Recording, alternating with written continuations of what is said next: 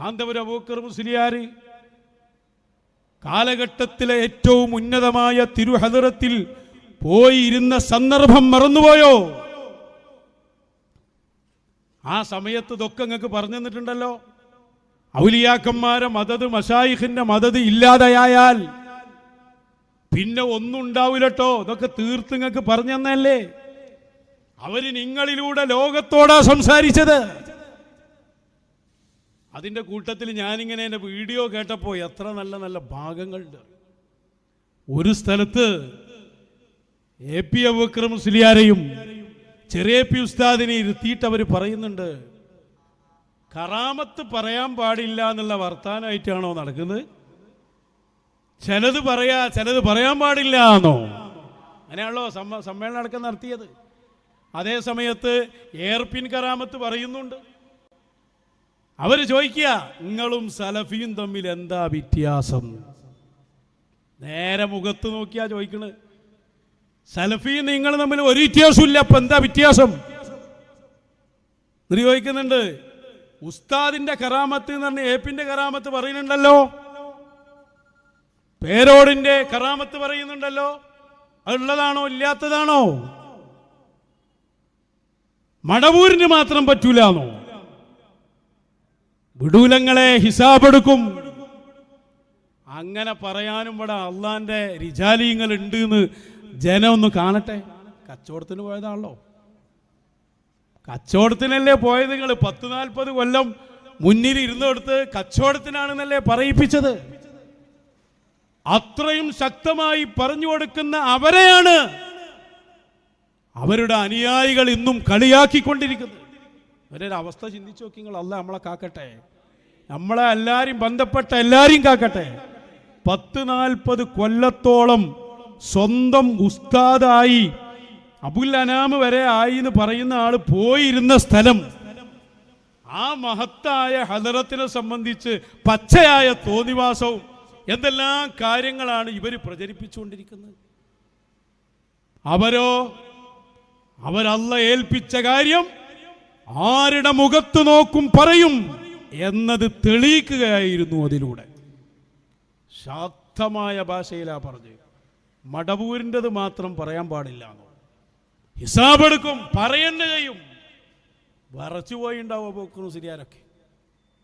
മടങ്ങി വരണം എന്നാ ഞാൻ പറയുന്നത്. മശായിഖിന്റെ വഴിയിലേക്ക് വരണം. അവരില്ല. ഞാൻ ഇപ്പൊ കേരള യാത്ര പൊട്ടിയില്ലേ?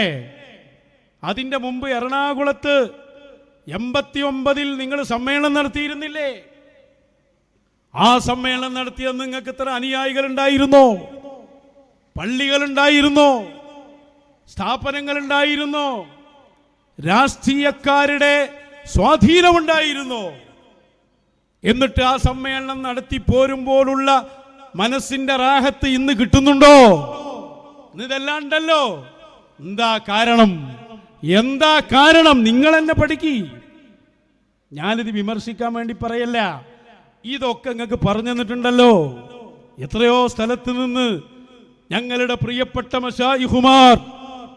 അപ്പൊ അതുകൊണ്ട് കറാമത്ത് നിഷേധത്തെ നേരെ മുന്നിലിരുത്തിയിട്ട് ശക്തമായ ഭാഷയിൽ പഠിപ്പിക്കുന്ന സ്വർണ്ണ ലിപികളിൽ എഴുതപ്പെടേണ്ട ആ കലാമുകൾ, രത്നങ്ങൾ നമുക്കൊന്ന് കേൾക്കാം.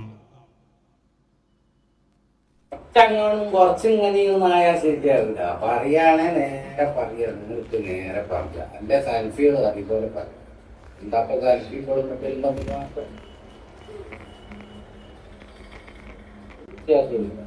എന്തിനാ ഭയപ്പെടുന്നത്? ഈ സംഘടന ഉണ്ടാക്കാനും സംഘടനയുടെ മഹത്വം പറയാനും ഈ സംഭവങ്ങളാക്കാൻ നിലനിർത്താനോ ഒക്കെ മടവൂരിന്റെ പേര് അറിയിക്കുക. നേർച്ച തുറ്റിയും വെക്കുക, പൈസയും വേണം, പാട്ടപ്പീരും വേണം. സ്ഥാനം പറഞ്ഞൂല, കറാമത്ത് പറഞ്ഞൂല. എന്താ ഉസ്താദിനെ പറ്റി കറാമത്ത് പറയുന്നുണ്ടല്ലോ, അതുള്ളതല്ലാത്തതോ? വേറൊന്നിനെ പറ്റി, സിറാജുൽ പറ്റി ഇവിടെ പല മഹത്വവും കറാമത്തും പറയുന്നുണ്ടല്ലോ, ഇതുള്ളതോ ഇല്ലാത്തതോ? ഇതൊക്കെ നിങ്ങൾക്ക് പറയാമെങ്കിൽ മടവൂരിനെ പറ്റിയാ പറയാൻ ആളില്ലാത്തത്? വിടൂലേ, ഒരു ഇഞ്ച് വിടൂല. ആരും മനസ്സിലാക്കണ്ട, ഇറങ്ങി തന്നെ ചെയ്യും. നാട്ടുകാർ മതി, വേറെ ആരും വേണ്ട. നമുക്ക് മുഴുവൻ എന്തു പറയാനാവും?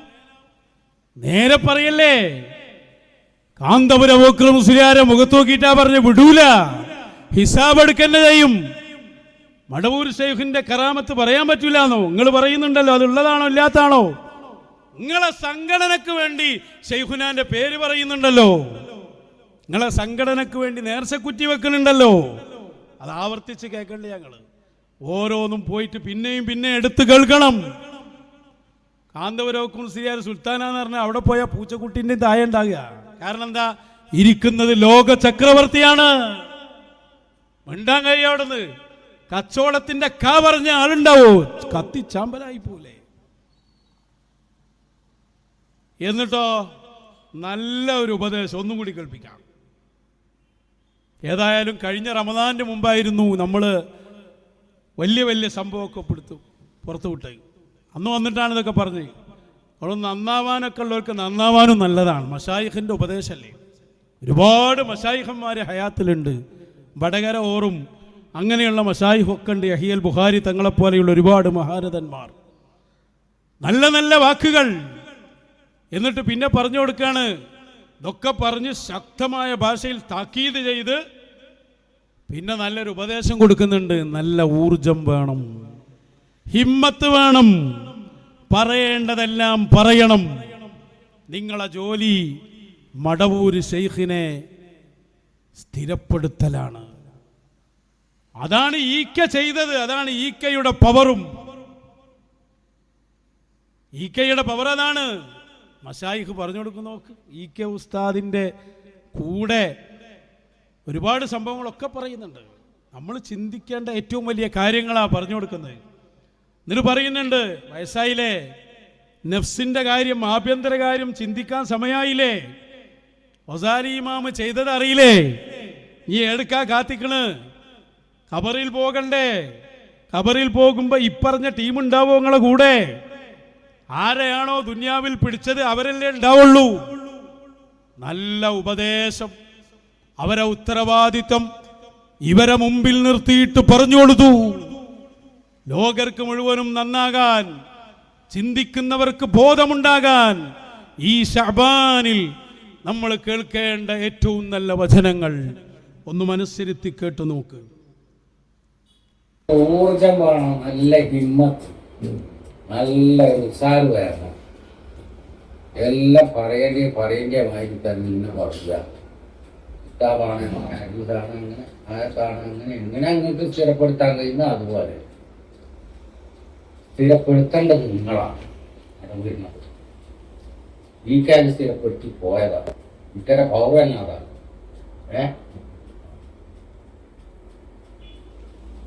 ഇപ്പൊ നമ്മളെല്ലാവരും പോലെ ആയാൽ പറ്റൂല.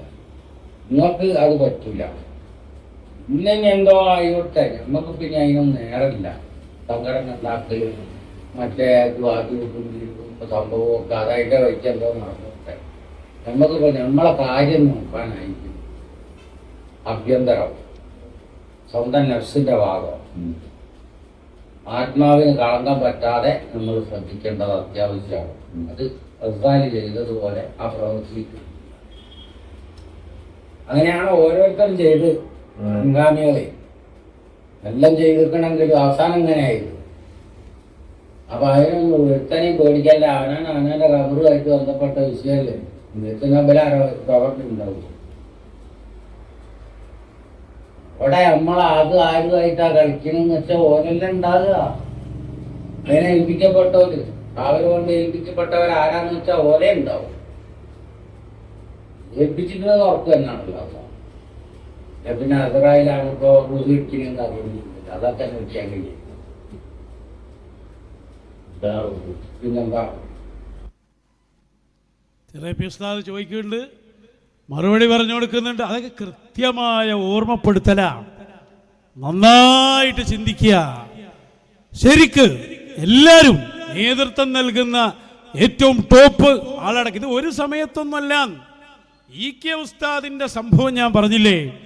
ഇ കെ ഉസ്താദ് ഇതൊക്കെ ചെയ്ത കാര്യം, ഇ കെ ഉസ്താദ് ഈ കാര്യങ്ങളൊക്കെ ചെയ്യുമ്പോ അതിന് സാക്ഷിയായ മശായിഖുമാർ, അവരാ കാലത്തിനും സാക്ഷിയാണ്, ഇന്നും സാക്ഷിയാണ്. അവരൊന്നും മറന്നിട്ടില്ല. അവരിങ്ങളോട് ഓരോ തവണയും പറഞ്ഞു തരുന്നുണ്ട്. അതിനു മുമ്പ് എറണാകുളത്ത് വെച്ച് ഐസൻ ലോഡ്ജിൽ വെച്ച് പറഞ്ഞത് ഓർമ്മയുണ്ടോ? അതിൻ്റെയൊക്കെ മുമ്പ് 1989 എറണാകുളം സമ്മേളനം നടക്കുമ്പോ ആ എറണാകുളത്ത് ബിസ്മി ലോഡ്ജിന്റെ 301-ാമത്തെ റൂമിൽ വെച്ച് അന്ന് അവർ നിങ്ങളോട് പറഞ്ഞ സംഭവം ഓർമ്മയുണ്ടോ എന്ന് പഴയ ഓർമ്മയിലേക്കൊന്ന് തിരിഞ്ഞു നോക്കണേ എന്നുകൂടി ഞാൻ ആവശ്യപ്പെടുകയാണ്. എറണാകുളം സമ്മേളനം നടക്കുന്ന സമയത്ത് ബിസ്മി ലോഡ്ജിന്റെ 301-ാമത്തെ റൂമിൽ അവരുണ്ടായിരുന്നില്ലേ? MA ഉസ്താദ് ഉണ്ടായിരുന്നില്ലേ? അപ്പുറത്ത് അണ്ടോണ ഉസ്താദ് ഉണ്ടായിരുന്നില്ലേ? പാറന്നൂർ PP ഉസ്താദ് ഉണ്ടായിരുന്നില്ലേ? ഈ ഉസ്താദുമാരൊക്കെയുള്ള ആ സമയത്ത് എന്താണ് ആ റൂമിൽ വെച്ച് സംഭവിച്ചത്? എന്താണെന്ന് നിങ്ങളോട് അവർ പറഞ്ഞത് മറന്നുപോയിട്ടുണ്ടോ? ശരിക്കും ആലോചിച്ചോളൂ. നിങ്ങളുടെ അവസാനം വരെ സൂക്ഷിക്കേണ്ട എന്നും ഓർത്തുവെക്കേണ്ട കാര്യങ്ങൾ ഓരോ തൃക്കാഴ്ചയിലും അവര് നിങ്ങളോട് സംസാരിക്കുന്നുണ്ട്. അവര് ലോകരോട് സംസാരിക്കുകയാണ്. അവരങ്ങനെ ഒരാളോട് സംസാരിക്കലില്ല. മുന്നിലിരുന്ന് കൊടുത്തവർ നമ്മൾ മാത്രമേ ഉള്ളൂ എന്ന് കരുതിയിട്ട് അവരോടെല്ലാവരും സംസാരിക്കുന്നത്. ഔസുൽ ആലം തങ്ങൾ പറഞ്ഞില്ലേ, ഞാൻ ഒരു സംസാരത്തിനിരുന്നാൽ ലക്ഷക്കണക്കിന് സൊഫുകൾ എൻ്റെ മുന്നിലുണ്ടാകും. നിങ്ങൾ ഈ കാണുന്ന 1-2 ആളുകളല്ല, സ്വകാര്യ സംഭാഷണമല്ല, അത് ലോകരോടല്ലേ അവർ പറയുന്നത്. പറയണം, കൃത്യമായി പറയണം. മടവൂര് ശൈഖുനയെ സ്ഥിരപ്പെടുത്തിയ ആളാണ് EK ഉസ്താദ്. മീസാനുൽ കുബ്ര വായിച്ച് സ്ഥിരപ്പെടുത്തിയതാണ്. ആ സ്ഥിരപ്പെടുത്തിയ EK ഉസ്താദിന്റെ വഴി നിങ്ങൾ പിന്തുടരണം. അത് കേട്ടിട്ട് ഏതെങ്കിലും ഒരു മഹാനെ നിങ്ങൾ സ്ഥിരപ്പെടുത്തിയോ? ഇമാം ഗസാലി തങ്ങളെ ഓർമ്മിപ്പിച്ചു തന്നില്ലേ നിങ്ങൾക്ക്? 400 കുട്ടികളുമായി ദർസ് നടത്തിക്കൊണ്ടിരിക്കുമ്പോ തന്റെ ശൈഖിനെ കാണാൻ വേണ്ടി ദർസ് നിർത്തിയിട്ട് ഷാമിലേക്ക് പോയ ഇമാം അബൂ ഹാമിദിൽ ഗസാലി, ആ ഗസാലി ഇമാമിനെ ഓർമ്മപ്പെടുത്തി. അതിന്റെ എല്ലാം പുറമെ ആഭ്യന്തര കാര്യങ്ങൾ നോക്കാനായില്ലേ എന്നാ ചോദിച്ചത്. ലോകത്തോടാണ് ചോദ്യം. മരണം വരില്ലേ? മരണം വരുമ്പോൾ മരണസമയത്ത് ആള് വേണ്ട.